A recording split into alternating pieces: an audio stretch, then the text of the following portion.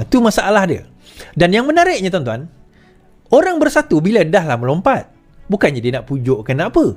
Dia kata apa? Kita baca. Orang macam ini khianat, tiada hati perut bersatu. 4 ahli parlimen bersatu yang menyokong Perdana Menteri dicabar meletak jawatan dan bertanding sebagai calon bebas bagi menguji tahap sokongan yang diraih mereka. Ketua Penerangan Bersatu Razali Idris berkata 4 ahli parlimen itu telah mengkhianati pengundi dan penyokong parti. Mereka ini bijak, nak jadi wakil rakyat tetapi tak nak jaga kawasan. Kononnya bila kita pecat mereka, mereka jadi bebas dan tak ada tanggungjawab. Macam saya katalah. Saya fikir orang macam ni khianat, tiada hati perut dan tak fikir kerja keras jentera yang dia dah beri dia kemenangan, katanya. Dia kata tak berhati perut. Tak berhati perut. Ini tak patut. Orang kata pengkhianat. Tak berhati perut. Keluar macam tu saja beri sokongan. Tak berhati perut. Sedangkan orang dah bagi undi pada dia. Tak berhati perut. Tuan-tuan, saya baca kenyataan pada 24 hari bulan Februari. 24 hari bulan Februari tahun 2020. 24 hari bulan Februari tahun 2020. Bersatu keluar Pakatan Harapan. Presidennya Tan Sri Muhyiddin Yassin berkata, keputusan itu dibuat dalam Majlis Pimpinan Tertinggi Bersatu dalam mesyuarat khas diadakan pada 23 Februari lalu. Semua ahli Dewan Rakyat dari Parti Bersatu juga dengan ini keluar Pakatan Harapan. Semua mereka menandatangani akan bersumpah untuk terus menyokong dan beri kepercayaan kepada Tun Mahathir sebagai Perdana Menteri Malaysia, katanya. Saya ulang. Semua ahli Dewan Undangan Bersatu, Dewan Rakyat daripada Bersatu, dengan ini keluar dari Pakatan Harapan. Tuan-tuan, siapa yang tak berhati perut? Siapa yang tak berhati perut? Pada tahun 2019, waktu kita menghadapi serangan yang teruk, keluar daripada kerajaan pada waktu itu dengan alasan tak nak bagi Anwar Ibrahim jadi Perdana Menteri. Keluar. Tarik sokongan. Tumbang kerajaan. Sekurang-kurang, ini tak tumbang kerajaan, tuan-tuan. Ini kerajaan makin kukuh. Lagi bagus. Yang itu tumbang kerajaan. Pelabur lari. Investor tak berani. Pop, tup, nasib baik. Bukanlah nasib baik. Tapi terus PKP pada waktu itu. Balasan Tuhan, kan? Siapa yang tak berhati perut? Siapa yang tak berhati perut pada waktu itu? Yang menariknya, ada satu video saya buat, tuan-tuan. Video ni saya buat pada tahun 2021. Rambut saya pun macam ni lah rupa dia. Mana audio ni? Ni. Okay, saya nak share video ni. Saja saya share. 2021. Saya rasa ini sebelum tumbang. Sebelum tumbang ke selepas tumbang? Ya, lepas tumbang. Ke sebelum tumbang, saya tak ingat. Muhyiddin Yassin kepada Ismail Sabri. Ya, dalam hidup ni, jangan hianat dengan orang. Dia macam ni, tuan-tuan. Kalau dia BN, ya saya lawan dia kerana dia BN, tak apa. Lepas tu pilihan raya kita lawan lagi, kan? Kalah, kita lawan lagi pilihan raya. Saya berapa pilihan raya dah saya lawan sejak saya balik daripada Malaysia 2004, 2008, 2008, kemudian PRK, kemudian PRU 13, PRU, semualah yang mana ada pilihan raya saya akan, mana yang saya boleh bantu saya bantu. Kita lawan dan kita lawan dalam pilihan raya. Bila dia jadi kerajaan, dia jalanlah jadi kerajaan, tak ada masalah. Cuma yang saya benar-benar orang kata apa, bernanah hati saya ni apabila dia khianat. Itu keyword dia, tuan-tuan. Khianat, pengkhianatan. Dan bila lepas saya live, saya kata, lepas syaratan tu berlaku, saya kata macam ni. Cari balik video saya. Saya kata apa? Mereka akan dikhianati bukan oleh orang luar, oleh orang di dalam kerajaan mereka sendiri, oleh mereka di dalam kelompok mereka sendiri. Sebab apa?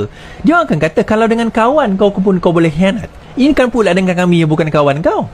Dia akan bagi tahu Azmin, dengan kawan 20 tahun yang kau berjuang pun kau boleh khianat. Dia bagi tahu dengan Muhyiddin Yassin, dengan kawan yang dalam UMNO berpuluh tahun kau boleh khianat. Ini kan pula kami dalam UMNO ni, kamu nak setia. PAS mencakap macam tu. Akhirnya UMNO yang khianat, tuan-tuan. Kita boleh tengok suasana tersebut. Dan saya bawakan suasana tangisan. Lepas dia orang menang pada malam itu, tangisan. Oh, sedan masa tu. Saya tengok video ni, orang hantar video ni kat saya. Dan orang yang hantar tu pun saya dah tulis nama dia dalam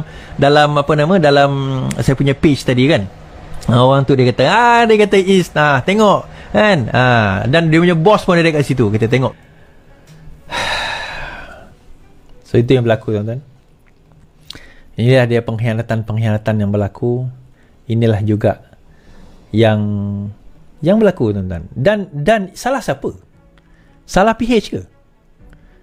Saifuddin kata PH cadang MP langgar keputusan whip, parti hilang kerusi, tetapi PN yang tolak. PN sendiri menentang cadangan PH untuk memperkenalkan undang-undang anti lompat parti kan?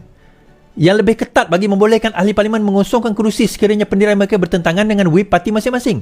Perkara ini didedahkan oleh Susah Agung PKR Saifuddin Nasution yang menganggotai Jawatan Kuasa Teknikal bagi menggubal akta berkenaan bersama dua lagi wakil PH, Gobind Singh dan juga Hanifah Maidin pada 2022. Pendirian PH, tindakan MP bertindak bertentangan keputusan whip parti di dalam Dewan dalam perkara seperti undian bajet, usul undi tidak percaya apa-apalah adalah dikira hilang kerusi dan pilihan raya kecil diadakan. Juga MP yang dipecat kerana melanggar disiplin dikira hilang kerusi. PN pada masa itu diwakili Hamzah dan Taqiyuddin, PN tidak setuju dengan cadangan PH di atas, katanya. Sama juga perkara ini disebut oleh KJ. Kan KJ juga sebut perkara yang sama. Kan bahawa menurut draft asal dia anggap bahawa telah melanggar undang-undang dan kena kosongkan kerusi. Mereka tahu tak ironi dia? Bila dibawa ke Jabatan Menteri untuk dibincang draft ini, antara yang paling lantang menentang draft ini adalah ahli parlimen Bersatu.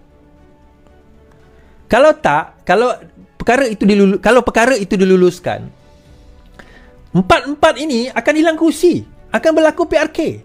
Tetapi yang tolak adalah Bersatu. Kenapa mereka tolak? Kenapa mereka tolak? Yang menarik, kenapa mereka tolak? Sebab dia orang beranggapan, itu saya kata, dia menang PRU 15. Tapi menang mungkin tak besar. Dekat situ dia boleh tarik sokongan daripada geng-geng sebelah yang dia anggap akan jadi pembangkang. PH lah dengan BN pada waktu itu. Tapi dia tak sangka, apa orang kata, senjata makan tuan. Dia tak sangka benda itu.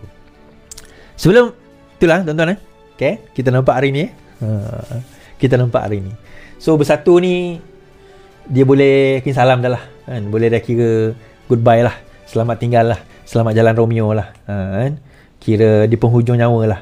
Tu saya kata Azmin entah ke mana, dia pun entah ke mana kan? Peja pun dah gaduh dengan geng-geng geng-geng Cikgu Bat dan sebagainya. So itu antara mereka lah.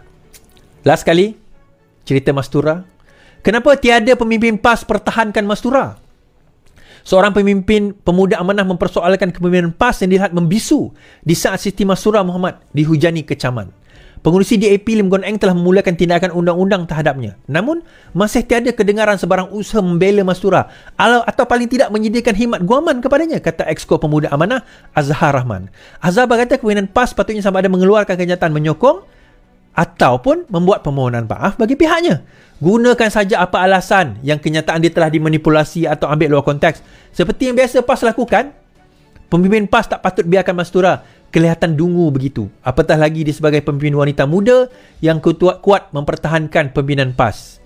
Semalam 5 maklukan telah melantik Peguam Sangkara Narayan Nair memulakan prosiding undang-undang terhadap Mastura. Dalam masa yang sama, tuan-tuan, polis akan rakam keterangan Mastura minggu hadapan. Polis akan merakam kenyataan ahli parlimen Kepala Batas Siti Mastura pada minggu hadapan berhubung dakwaan kenyataan berbau fitnah terhadap pengurusi DAP Lim Guan Eng. Pengarah Jabatan Siasatan Jenayah Bukit Aman, Suhaili Muhammad Zain dipetik berkata, keterangan Siti Mastura dijadual diambil pada Isnin 13 hari bulan November. Setakat ini kita sudah terima 4 laporan polis berhubung isu ini dan siasatan sedang dijalankan. Dia ada 2, satu jenayah yang polis tadi nak panggil dan sebagainya, satu saman sivil, undang-undang sivil, yang tu saman fitnah. Yang jenayah ni cerita lain, yang sivil ni cerita lain. Sivil ni kita tak tahulah berapa juta dia nak saman kan, kita tak tahulah berapa juta dia nak saman. Tetapi jenayah ni lain. Dengarnya macam Singapura pun akan mengambil tindakan tegas jugalah, tak tahulah apa tindakan dia, tapi ada tindakan yang mungkin ambil oleh Singapura tetapkan kenyataan tersebut. Saya dah kata, kenyataan itu dulu dimain oleh Saitro BN zaman dulu, pada zaman PAS bersama dengan kita, dan PAS antara orang yang tak percaya dengan kenyataan tersebut. iaitu Chin Peng, Lee Kuan Yew semua ada keturunan dengan Lim Guan Eng, Lim Kit Siang. PAS antara orang yang tak percaya. Tetapi tiba-tiba hari ni PAS yang pergi petik. Doktor, tuan-tuan, doktor PhD. Level orang yang ada PhD kat negara kita kalau macam tu, balik kepada cerita awal saya tadi. Macam mana kalau level PhD macam tu, yang level jenis pergi tak sekolah, macam mana agama dia? Takkan dia tak boleh nak faham benda asas macam tu? Betul tak? Jadi itulah tuan-tuan pengajaran kita. Belajar tinggi tak semestinya dia mempunyai apa orang kata ilmu adab dan ilmu orang kata apa akhlak yang mampu menjadikan dia seorang yang berwasatiyah. Kita kadang-kadang tuan-tuan nak benci seseorang, benci boleh, tetapi jangan terlalu membenci. Nak sayang boleh, jangan terlalu sayang. Rasulullah sebut dalam hadis, kalau kita menyayangi seseorang, jangan terlalu sayang, kerana satu hari mungkin kita akan bermusuh dengan dia. Dan kalau kita membenci seseorang, jangan terlalu benci, kerana mungkin satu hari nanti kita akan berkawan dengan dia. So berpada-pada dalam menyayangi, dalam membenci, berpada-pada. So kita tak tahu what's going on in our future. Kita tak tahu. And this is what going on sekarang ini dalam negara kita. Kan?